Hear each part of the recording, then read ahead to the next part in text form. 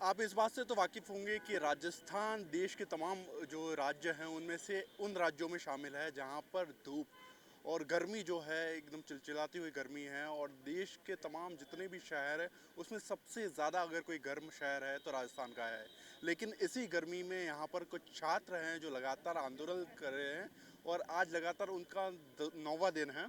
और 9वें दिन ये आंदोलन कर रहे हैं। उनकी जो परीक्षा है आरएस मीन्स की जो परीक्षा है, जिस तरीके से यूपीएससी होती है वैसे राजस्थान में आरपीएससी ये आरएस का एग्जामिनेशन कराता है और उसको स्थगित कराने के लिए ये लगातार प्रदर्शन कर रहे हैं। बाकायदा इसको लेकर जो बीजेपी प्रदेशाध्यक्ष है वो भी यहाँ पर आए, उन्होंने तमाम आश्वासन दिए, लेकिन फिर भी अभी तक कोई फाइनल डिसीजन इसके ऊपर नहीं हो पाया है और इसको लेकर लगातार भूख हड़ताल इनकी जारी है। बाकायदा आज सुबह ये मंजर था कि कई छात्र गंभीर रूप से यहाँ पर मतलब बीमार पड़ गए थे, उनकी तबीयत खराब हो गई थी, एम्बुलेंस आई और उनको यहाँ से हॉस्पिटल रेफ़र किया गया। आइए इनसे ही जानने की कोशिश करते हैं कि भाई साहब आपकी जो मांग है, आपको क्यों लगता है ये जायज़ मांग है और इसके ऊपर जल्द से जल्द एक्शन होना चाहिए? देखिए, जायज़ मांग है। जो समय है वो आज तक के इतिहास में कभी 9 महीने मिले, कभी 11 महीने मिले, कभी उससे भी अधिक का समय मिला।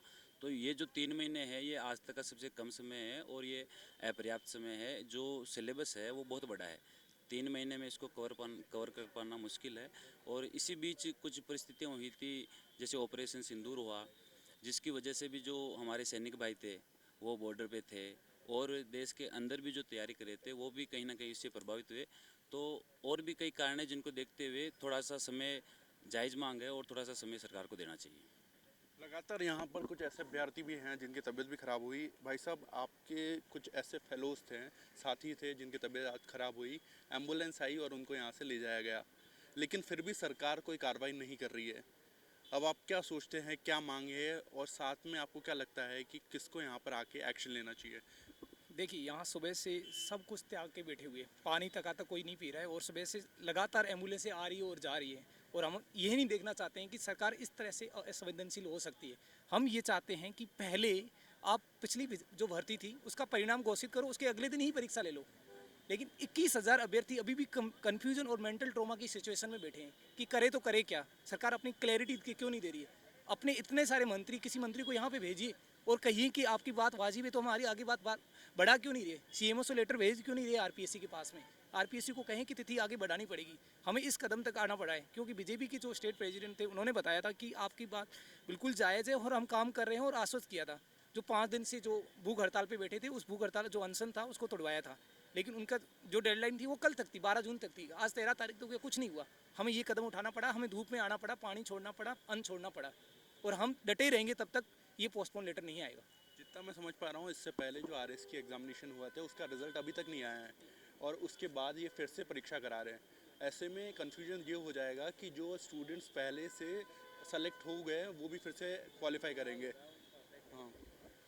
सर, वैकेंसियों का दौरा हो रहा है। 1096 पद है और जो पहले के 933 कुछ पद थे, यदि 933 पदों में से 200 पदों के समथिंग ऐसे पद हैं जो 200-300 पद जो अच्छी वैकेंसी है, तो लोग बाग यदि उनका मेंस क्वालिफाई हो गया तो वो दोबारा इंटरव्यू में नहीं बैठेंगे। इसलिए हमारे जो वो अब मेंस में बैठ जाएंगे, मेंस में बैठने के बाद वो सीटें ले जाएंगे और फिर वो इंटरव्यू में पास होकर एसडीएम बन जाएंगे, तो दोबारा इंटरव्यू नहीं देंगे, तो सीधे सीधे 30% सीटें खराब हो जाएंगी। अब तक हमारे 10-11 अभ्यर्थी हॉस्पिटल में एसएमएस में भर्ती हैं और हमको कम से कम 40 से प्लस विधायकों के लेटर, 9 मंत्रियों के लेटर।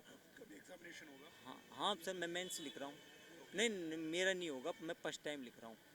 लेकिन 30% दोहरा होगा सीटों का, जिससे कि वो सीटें खराब होंगी और कुछ नहीं, क्योंकि अभ्यर्थी दो दो वैकेंसियों पे एक साथ ज्वाइनिंग नहीं करेगा, क्योंकि वो एक ही वैकेंसी पे ज्वाइनिंग। यदि आप समझो कि एक ही बंदा दो एसडीएम बन गया 2 सीटों से, तो वो एक पर क्यों करेगा, वो 2 पर क्यों करेगा, वो एक पे ही तो बनेगा। आरपीएस बन गया तो वो एक पे ही करेगा। तो इसकी वजह से दोहरा हो रहा है। और जो हमारे फौजी भाइयों को क्या होता है कि 5% वो मिलता है, कोटा मिलता है उनको, तो उनमें ये होता है कि जैसे कोई रिटायरमेंट हो रहा है तो उससे 1 साल पहले और रिटायरमेंट के बाद उनको कोटा रहता है, जो जो मतलब जॉब में इस टाइम उनको भी कोटा है।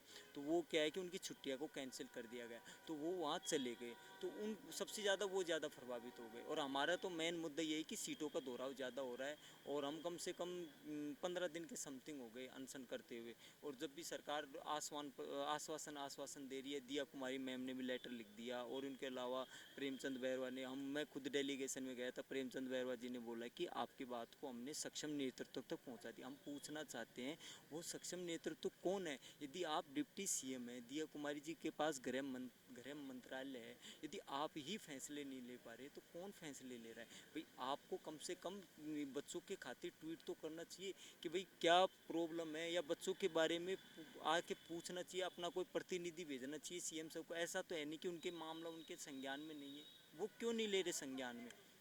जी हाँ, मैं आपको दर्शकों को बताना चाहूँगा कि राजस्थान के दोनों जो उप मुख्यमंत्री है, दिया कुमारी हो या फिर प्रेमचंद बैरवा हो, और उसके साथ ही करीब 50 ऐसे सांसद या विधायक हैं, उनका भी समर्थन यहाँ पर बच्चों को प्राप्त है। लेकिन उसके बावजूद यहाँ पर अभी तक कोई ठोस कार्रवाई नहीं हो पाई है। यहाँ पर तमाम जितने भी लोग हैं लगातार परेशान हैं। कई लोगों की तबीयत बिगड़ चुकी है क्योंकि ये चिलचिलाती हुई गर्मी है, और उसके बावजूद यहाँ पर अभी तक कोई ठोस कार्रवाई नहीं हो पाई है।